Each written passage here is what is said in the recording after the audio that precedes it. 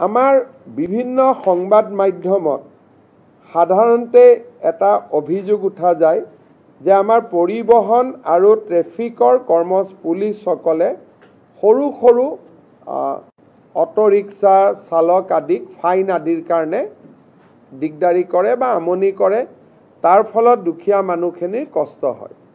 আজি কেবিনেটত আমি দুটা সিদ্ধান্ত লৈছো যে বাইকৰ আৰোহীক টু হুইলাৰক এক্সেপ্ট হেলমেট আন কোনো কথাত ফাইন কৰিব নোৱাৰিব। অকল হেলমেট নিপিন্ধিলে ফাইন হ'ব, বাকি আৰু কাগজ নাই পত্ৰ নাই এইবিলাকত যিটো ফাইন কৰে সেই ফাইনটো আৰু এতিয়াৰ পৰা নকৰিব।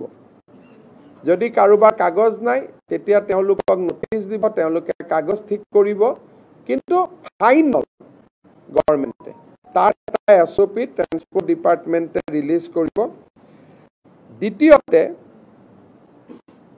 অটো ৰিক্সা ৰিক্সা যিকোনো তিনি হুইলাৰ তিনিচুকীয়া যুক্ত গাড়ীক 4 বাৰকৈ তেওঁলোকে ৰিপিটেড অপৰাধ নকৰালৈকে তেওঁলোকৰ পৰা কোনো ফাইন নোলোৱাৰ সিদ্ধান্ত লৈছে।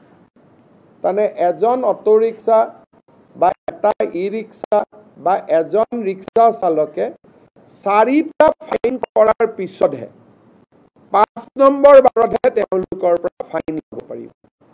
4 বাৰ আমি তেওঁলোকক ৱাৰ্নিং দিম।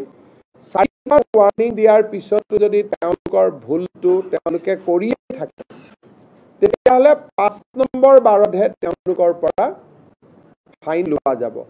আৰু তেনেকে মটৰচাইকেল স্কুটাৰ স্কুটি আদিৰ পৰা এটাতে খালি ফাইন লোৱা যাব হেলমেট নিপিন্ধিলে, বাকি আন কথাত আমি তেওঁলোকৰ পৰা ফাইন নলওঁ।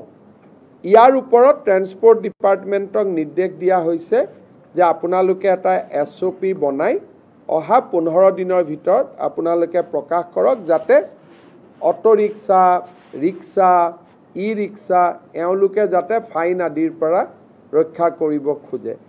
আমি এনে হিচাপ কৰি চাইছিলোঁ যে ইয়াত ফাইনৰ নামত চৰকাৰে যোৱা গোটেই 3 বছৰত 6-7 কোটি টকাও পোৱা নাই। গতিকে 6-7 কোটি টকাৰ কাৰণে আমি মানুহক হুলস্থুল কৰি থকাৰ কোনো অৰ্থ নাই।